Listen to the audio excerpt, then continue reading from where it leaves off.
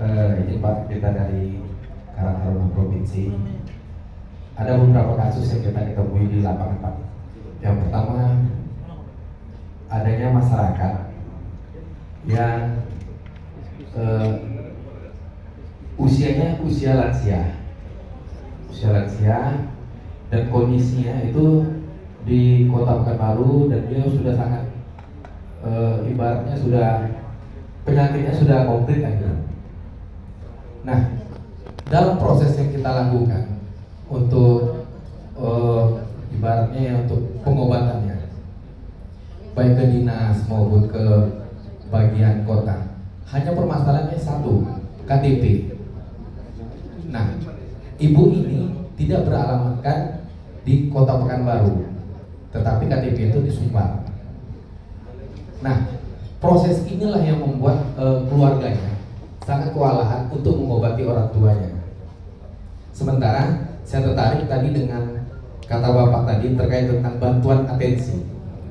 Nah, mungkin bagaimana prosesnya sehingga masyarakat ini dapat terbantu oleh kita yang berada di lingkungan tersebut. Itu Pak, satu. Yang kedua, terkait tentang bantuan-bantuan baik bencana maupun kegiatan-kegiatan lainnya.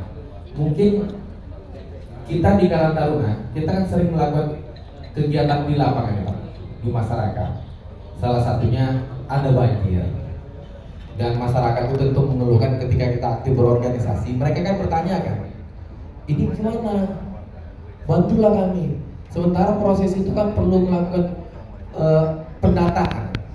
Nah, mungkin kami berharap dari Bapak bagaimana proses pendataannya, kemudian birokrasi apa yang harus kamu lalui, sehingga masyarakat itu tidak hanya sekedar melihat kami backgroundnya organisasi, tapi benar-benar teraplikasi. Terima kasih itu Pak.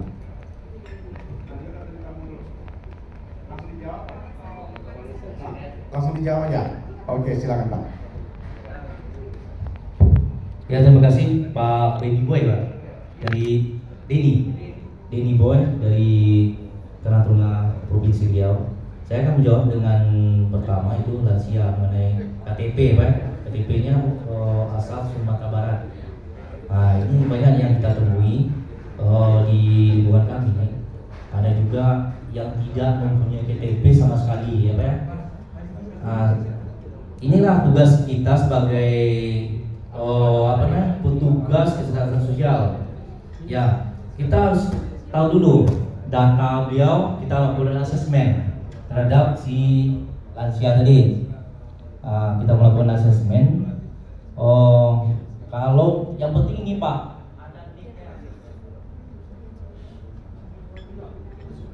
cek nik.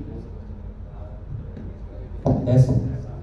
Kita yang butuhkan di data itu Pak, yang sekarang masih digalang-galang itu data kesehatan sosial atau DTKS ya kan.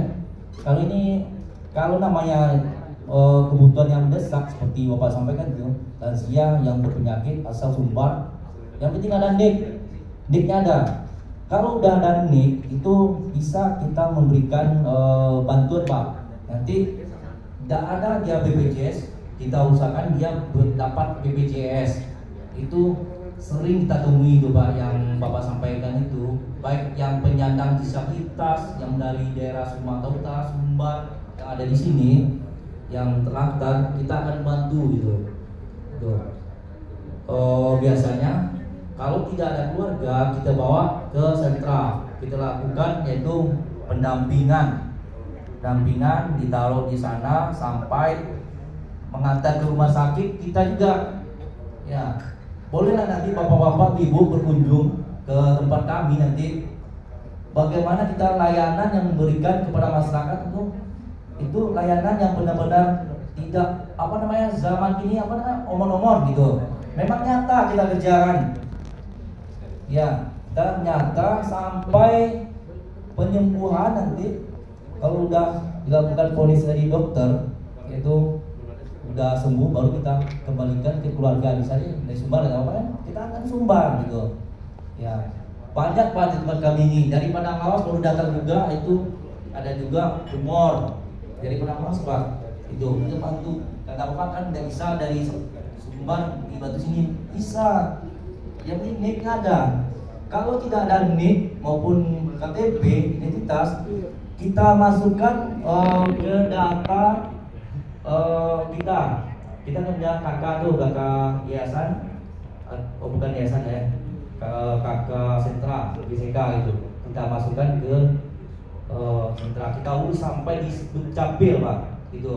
Kemarin ada dari Kota Pekanbaru merujuk seorang bapak-bapak yang ditabrak di daerah Kubang kemarin tuh, ditabrak, tidak ada keluarga, KTP tidak ada, dibawa ke dinas sosial.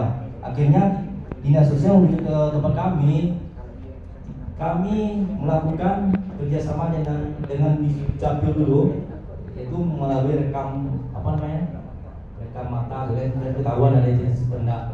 Rupanya si PMKS atau penerima apa tidak ada data sama sekali. Kita masukkan ke data kami, ke KK Sentra. Akhirnya dia dapat NIK, ya Pak ya, NIK, dan kita urus juga BPJS-nya. Itu.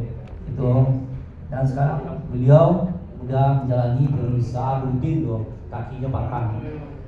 Bapak, kalau datanglah ke tempat kami. Itu banyak yang kami lakukan seperti itu. Sampai ada yang tumor yang cerita tadi, tumor ganas. Ada yang kemarin tuh yang dari Rokan Hilir menunjuk tumor ganas yang sampai udah stadium 3, kita tetap melayaninya sampai operasi. Dan juga bayi-bayi yang jantung bocor gitu, jantung bocor, kita dampingi juga Pak sampai ke operasi ke Jakarta di hadapan kita gitu.